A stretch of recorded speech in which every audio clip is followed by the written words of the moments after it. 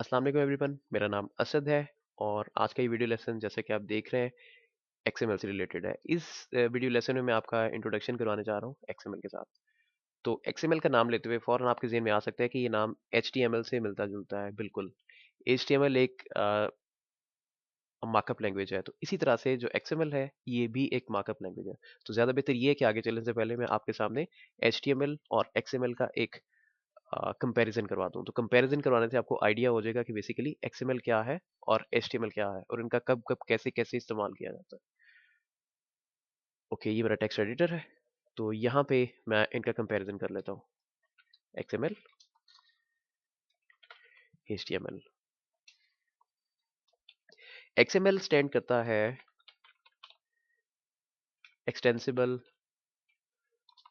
Markup language, जबकि HTML stand करता है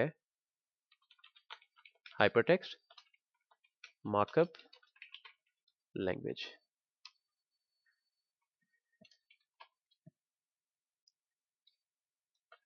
XML is used to exchange data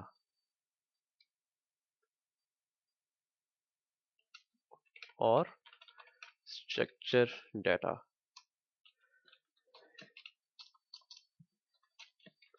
HTML is used to structure a web page और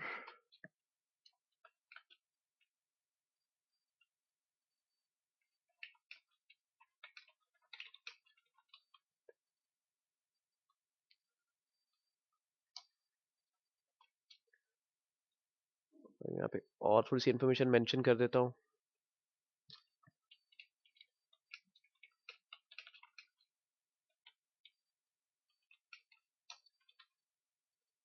XML के कोई भी टैग्स प्री डिफाइंड नहीं है, वो सारे के सारे टैग्स एक डेवलपर को खुद लिखना पड़ता है।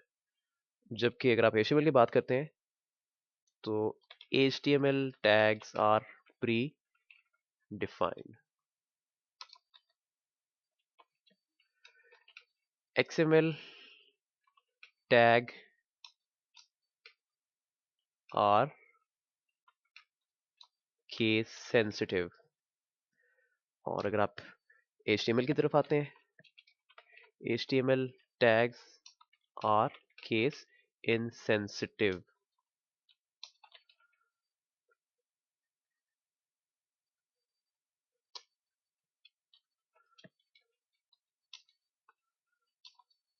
XML tags must be closed.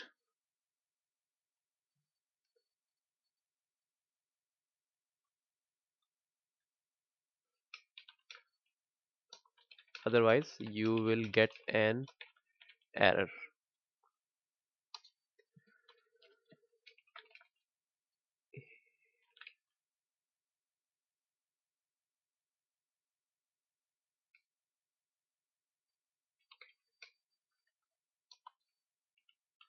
HTML tags should also be closed, but browser won't mind if you forgot to close any tag. XML में लेट सपोज आपने ओपनिंग टैग लिखा, उसके बाद आपने क्लोजिंग टैग लिखा और लेट सपोज जो closing tag है वो आप लिखना भूल जाते हैं, तो ये एरर मैसेज आ जाएगा आपके सामने ब्राउजर में। लेकिन अगर आप HTML की तरफ आते हैं तो HTML में लेट सपोज आपने ओपनिंग टैग लिखा और आप क्लोजिंग भूल जाते हैं, उस केस में एरर मैसेज नहीं आएगा। लेकिन अगर आपका कोड काफ़ी ज़्यादा कॉम्प्लेक्स है तो आपका जो लेआउट है वो डिस्टर्ब हो जाएगा।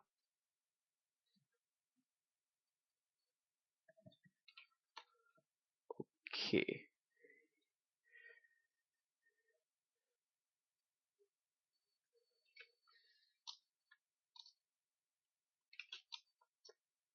XML is a strict language. HTML is not a strict language. तो मेरे अंदाजे के मुताबिक जो मैंने एक नॉर्मल लेवल का आपके सामने कंपैरिजन किया, इतना काफ़ी है आप लोगों के लिए। ठीक है, तो जब भी आप एक्सएमएल का यूज़ कर रहे होते हैं तो उसमें आपके पास कंट्रोल आ जाता है, आप इजीली एक जगह से दूसरी जगह पे डाटा ट्रांसफर कर सकते हैं। एक्सएमएल की बहुत सारी एप्लीकेशंस हैं और मैं ये समझता हूँ कि जितने भी सॉफ्टवेयर डेवलपर्स हैं उनकी ये नीड है, उनको पता होना चाहिए एक्सएमएल का, एक्सएमएल यूज कैसे की जाती है, ये जरूरी है उनके लिए। चले अब एक्सएमएल की कुछ एग्जांपल्स करता हूँ मैं आपके सामने, इसका कोड कैसे करते हैं। और यहाँ पे एक और मैं इंपॉर्टेंट चीज मिस कर गया हूँ।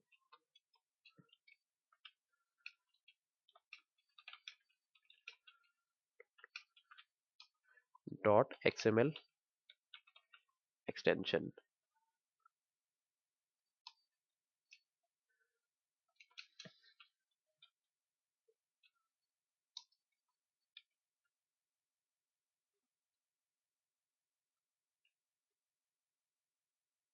मेरे ख्याल से ये मेंशन करना जरूरी नहीं है।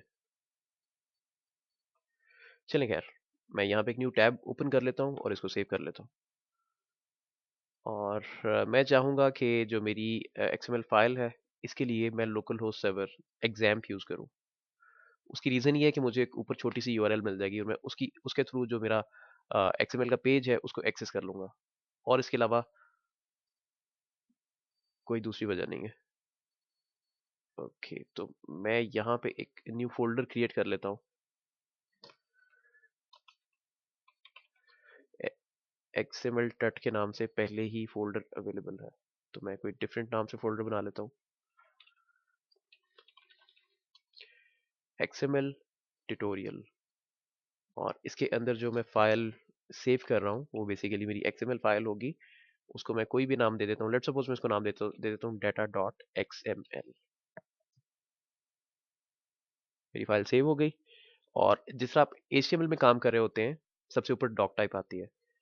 और डॉक टाइप बेसिकली आपका जो आपकी जो एचटीएमएल है उसका वर्जन बता रहा होता है। वो लाइन उससे बेसिकली आपके आपके कोड का, आपकी एचटीएमएल का वर्जन पता चलता है कि आपका जो पेज है वो इस टाइम पे एचटीएमएल का कौन सा वर्जन यूज कर रहा है। तो इसी तरह से जब आप एक्सएमएल में आते हैं तो सबसे पहले आपको ऊपर वर्जन बताना पड़ता है। इसकी जो सबसे पहली लाइन है उसमें सबसे पहले मैं लेसन का साइन लिखूंगा, फिर क्वेश्चन मार्क, फिर एक्सएमएल, उसके बाद वर्जन, और वर्जन में लिखूंगा 1.0, और उसके साथ एनकोडिंग।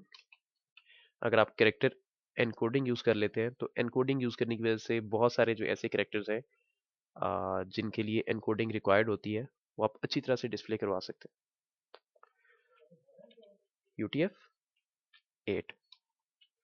और इस टैग को क्लोज करने के लिए मुझे क्वेश्चन मार्क लिखना पड़ेगा और उसके बाद ग्रेटर देन का साइन, और इसको ब्राउजर में देखते हैं। जो मेरा एग्जाम सर्वर है मैं इसको स्टार्ट कर लेता हूँ। इसको मैंने स्टार्ट कर लिया। इसको स्टार्ट करने के साथ ही आगे चलने से पहले मैं यहाँ पे मेंशन करता चलूँ कि अगर आप एक्सएमएल का ये वीडियो लेसन देख रहे हैं तो मेक श्योर कर लें कि आपको एचटीएमएल का आइडिया होना चाहिए और आपकी बेसिक अंडरस्टैंडिंग जावास्क्रिप्ट के साथ भी होनी चाहिए।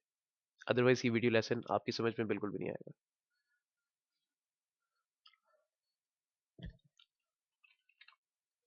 Local host /XML tutorial and data dot XML. तो अभी आप देख सकते हैं this page contains the following errors. फॉरन से पहले यहाँ पे एरर आ गया। एरर क्या कहते हैं? Error on line 1 at column 40, extra content at the end of the document. Below is the rendering of the page up to first error. ये एरर मैसेज क्यों आया? ये एरर मैसेज इसलिए आया है क्योंकि यहाँ पे जो नीचे वाला पार्ट है यानी कि जो लाइन नंबर 2 है, मैंने यहाँ पे कोई कोड नहीं लिखा हुआ एक्सएमएल का। तो कोड यहाँ पे रिक्वायर्ड है। अगर मैं कोड लिख देता हूँ तो ये एरर फिक्स हो जाएगा। तो यहाँ पे मैं कोई अपनी मर्जी से कोई टैग बना लेता हूँ। लेट्स सपोज यहाँ पे मैं पर्सन डाटा के नाम से टैग बना लेता हूँ।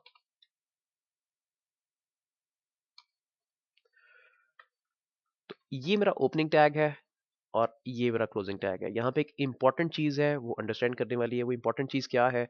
जितने भी एक्सएमएल जितनी भी एक्सएमएल फाइल्स होती हैं, एक्सएमएल के या जो डॉक्यूमेंट्स होते हैं, उनमें लाजमी एक रूट एलिमेंट होना चाहिए। रूट एलिमेंट वो एलिमेंट होता है जो आपकी पूरी की पूरी फाइल में जो आपके टैग्स आ रहे होते हैं उनको कंटेन कर रहा होता है, जो मेन कंटेनर होता है। जैसे फॉर एग्जांपल आप एचटीएमएल की तरफ आते हैं तो एचटीएमएल के अंदर रहते हुए जो HTML का टैग है वो उसका रूट टैग है, सब कुछ उसके अंदर आ रहा होता है। तो अगर आप रूट टैग यूज नहीं करते हैं तो फिर प्रॉब्लम आएगी, एरर है, जरूरी है ये। ओके, तो यहाँ पे अब मैं एक यूजर के नाम से टैग बना लेता हूँ। ये टैग्स मैं अपनी मर्जी से बना रहा हूँ, कि प्री डिफाइंड नहीं है। जैसे मैंने आपको पहले बताया कि XML में कोई भी टैग्स प्री डिफाइंड नहीं है। यूजर, और इसमें अब मैं कुछ इन्फॉर्मेशन ऐड अप कर देता हूँ। एफ नेम, एफ नेम का मतलब है फर्स्ट नेम। आप इसको कंप्लीटली फर्स्ट नेम लिख लें, अप टू यू। असद, और last name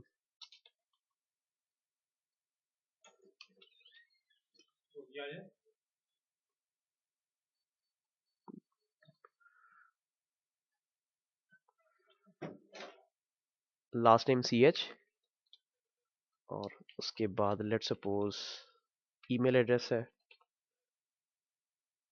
email address asad@example.com। मुझे 1 मिनट के लिए होल्ड करना पड़ेगा। ओके, तो मुझे एक्चुअली जाना था, मेरे फादर ने मुझे बुलाया था और जाना जरूरी था, इसलिए मुझे पॉज करना पड़ा। ओके, तो यहाँ पे जो अभी इन्फॉर्मेशन आई है उसमें फर्स्ट नेम है, उसके बाद लास्ट नेम है, और उसके बाद ईमेल एड्रेस है।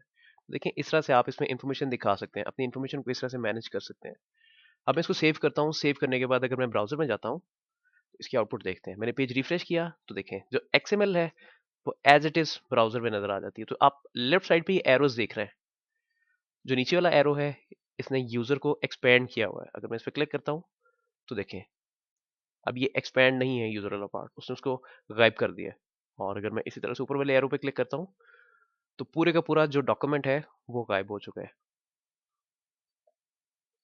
तो XML का जो डॉक्यूमेंट है वो ब्राउजर में इस तरह से नजर आता है। ऊपर आप देख सकते हैं, this XML file does not appear to have any style information associated with it, क्योंकि अभी तो मैं स्टाइल्स की तरफ आया नहीं हूँ, अभी तो सिर्फ मैं सिंपली XML की बात कर रहा हूँ। तो this document tree is shown below, जो ये वाला पार्ट है इसको डॉक्यूमेंट ट्री कहते हैं असल में। ओके, तो अब वापस चलते हैं। तो यहाँ पे मैं और इन्फॉर्मेशन एडअप कर सकता हूँ,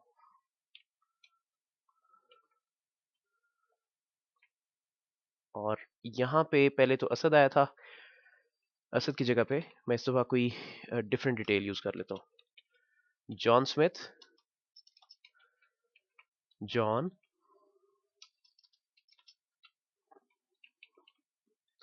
रॉजर,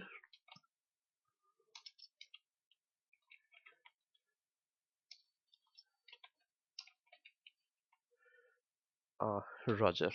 और इसको अगर मैं ब्राउजर पे आता हूँ, आके रिफ्रेश करता हूँ, तो ये देखिए जो XML डॉक्यूमेंट है वो सारे के सारा अपडेट हो गया। ओके, तो अब अगर मैं वापस जाता हूँ और लेट्स सपोज एक्सीडेंटली जो ओपनिंग टैग यानी जो रूट एलिमेंट है ये वाला लाइन नंबर 3, यहाँ पे जो मेरा ओपनिंग टैग है इसका जो नाम आ रहा है परसेंट डाटा, इसको मैं चेंज कर देता हूँ। इसको इसको मैं परसेंट डाटा इस तरह से लिख देता हूँ। व्हाट आई मीन टू से इज, यहाँ पे जो डी लिखा हुआ था वो अपर केस में था, मैंने उसको लोअर केस में कन्वर्ट कर दिया। तो अब आप यहाँ पे नोट करें जो इसका कॉरेस्पॉन्डिंग क्लोजिंग टैग है उसमें डी अपर केस में आ रहा है। तो देखें क्या होता है। मैंने इसको सेव किया, सेव करने के साथ में जैसे ही ब्राउजर में गया रिफ्रेश किया तो ये देखें एरर मैसेज आ गया। The page contains the following errors, error on line 21 at column 20, opening and ending tag mismatch percent data. उसने यहाँ पे परसेंट डाटा उस टैग का नाम भी बता दिया। तो जैसे मैंने आपको बताया था कि XML जो है वो ज्यादा स्ट्रिक्ट है as compared to HTML। Okay, वापस आते हैं, इस एरर को मैं फिक्स कर देता हूँ। अपर केस में डी आ गया। तो अगर तो आपको HTML का आइडिया है तो आपको फिर एट्रीब्यूट्स का भी आइडिया होगा। HTML में एट्रीब्यूट्स भी होते हैं। तो एट्रीब्यूट्स क्या होते हैं, बेसिकली वो उस स्पेसिफिक टैग के लिए, उस पर्टिकुलर टैग के लिए ज्यादा इंफॉर्मेशन दे रहे होते हैं। यानी फॉर एग्जांपल यहाँ पे ये यूजर के नाम से टैग है, मैं इसमें एक्स्ट्रा इंफॉर्मेशन ऐड कर सकता हूँ और किसी एट्रीब्यूट की मदद से कर सकता हूँ। तो इसमें जितने एट्रीब्यूट्स आते हैं वो भी यूजर को डिफाइन करता है। फॉर एग्जांपल मैं यहाँ पे लिखता हूँ ID 1, ये एक एट्रीब्यूट है। उसके बाद ID 2 और इसके बाद ID3। अब यहाँ पे ये जितने भी यूजर्स हैं, फॉर एग्जांपल लाइन नंबर 4 से लेके लाइन नंबर 8 तक, ये एक यूजर की इन्फॉर्मेशन आ रही है। अब मैं इनको यूनिकली आइडेंटिफाई कर सक रहा हूँ। जब तक मैंने यहाँ पे आईडीज का यूज नहीं किया था, मैं यूजर्स को यूनिकली आइडेंटिफाई नहीं कर पा रहा था। मेरे पास फर्स्ट नेम आ रहा था, लास्ट नेम आ रहा था और ईमेल आ रहा था। तो अभी तक तो मेरे पास इन्फॉर्मेशन कम थी। और अगर मेरे पास एट्रीब्यूट्स ना होते आईडी के नाम से, अगर मैं इनको रिमूव कर देता, तो छोटी इन्फॉर्मेशन के साथ तो मैं इनको यूनिकली आइडेंटिफाई कर सकता था, क्योंकि एक पर्सन का नाम फर्स्ट नेम असद आ रहा है, दूसरे का नाम जॉन आ रहा है और तीसरे का नाम रॉजर आ रहा है। लेट सपोज अगर इन्फॉर्मेशन बहुत ज्यादा होती यहाँ पे, तो यहाँ पे चांस था कि असद रिपीटेडली आ जाता, उसके बाद जॉन रिपीटेडली आ जाता, उसके बाद रॉजर ये भी रिपीटेडली आती, यानी कि डुप्लीकेशन हो जाती, एक से ज्यादा दफा आ जाता। तो ज्यादा बेहतर ये है कि जब भी आपके पास इस तरह से रिकॉर्ड्स होते हैं, आप उनको अपनी रिक्वायरमेंट के मुताबिक यूनिक बना सकते हैं। तो ये जो मैं यहाँ पे आईडी यूज कर रहा हूँ, ये एट्रीब्यूट मैंने डिफाइन किया है, ये पहले से अवेलेबल नहीं है। आपने कंफ्यूज नहीं करना है इसको। जो HTML में आप आईडी सिलेक्टर यूज करते हैं या क्लास सिलेक्टर यूज करते हैं, it has nothing to do with that ID और क्लास। ये कोई सिलेक्टर नहीं है।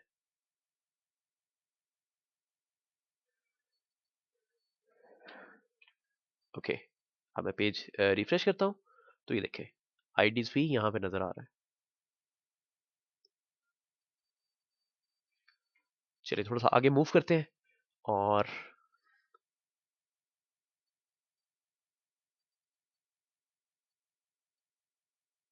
यहाँ पे मैं कुछ और इन्फॉर्मेशन यूज करता हूँ। अब हमारे पास जब हमारे रिकॉर्ड्स हैं, उनमें कोलिजन्स भी आ सकते हैं। बल्कि मैं चाहूंगा कि मैं इसका नेक्स्ट पार्ट भी बना लूं और इसकी मैं प्रॉपर एक वीडियो सीरीज बना लूं, जिसमें XML के सारे जो कॉन्सेप्ट्स हैं उनको मैं डिटेल में डिस्कस करूं। तो मेरे अंदाजे के मुताबिक ये जो पार्ट फर्स्ट है, इसकी ड्यूरेशन ऑलरेडी 17 मिनट्स हो गई है। तो इस फर्स्ट पार्ट के लिए इतना काफी है। बाकी की इन्फॉर्मेशन है वो मैं नेक्स्ट पार्ट में डिस्कस करता हूँ। तो तब तक के लिए इजाजत। अल्लाह हाफिज।